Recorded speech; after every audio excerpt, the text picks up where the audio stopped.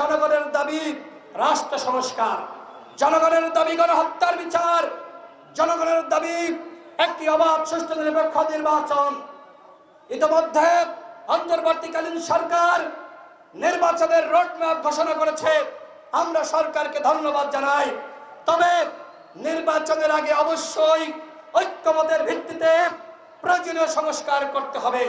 সংস্কার ছাড়া যদি আবারও নির্বাচন হয়ে যায় তাহলে কিন্তু ওই হাসিনার তৈরি যে ফ্যাসিবাদী সিস্টেম, সেই সিস্টেম আবারও ফিরে আসবে।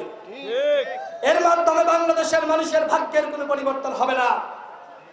আমরা দেখেছি জাতীয় ঐক্যমত কমিশনে বিএনপি, গণ অধিকার পরিষদ, জামাত ইসলাম সহ এনসিপি যে নতুন দল প্রত্যেকে যাচ্ছে, সবাই সংস্কারের কথা বলছে এবং আলোচনার মাধ্যমে এই যে আমরা নতুন রাষ্ট্র বিনির্মাণের পথে অগ্রসর হচ্ছি, এইটা আমাদের জন্য অত্যন্ত ইতিবাচক।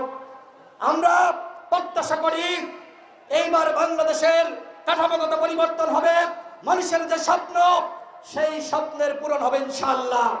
সংগ্রামী সাথী বন্ধুগণ, শেখ হাসিনা দিল্লিতে পালিয়ে গেছে। গতকাল আপনারা দেখেছেন তিনি বলেছেন তত্ত্বাবধায়ক সরকারের অধীনে নির্বাচন চাই। একই সাথে এই কথা বলছে আমি এখনো পর্যন্ত প্রধানমন্ত্রী, শেখ হাসিনা তুমি বাংলাদেশে আসো, তোমার প্রধানমন্ত্রীকে ছুটিয়ে দেওয়া হবে।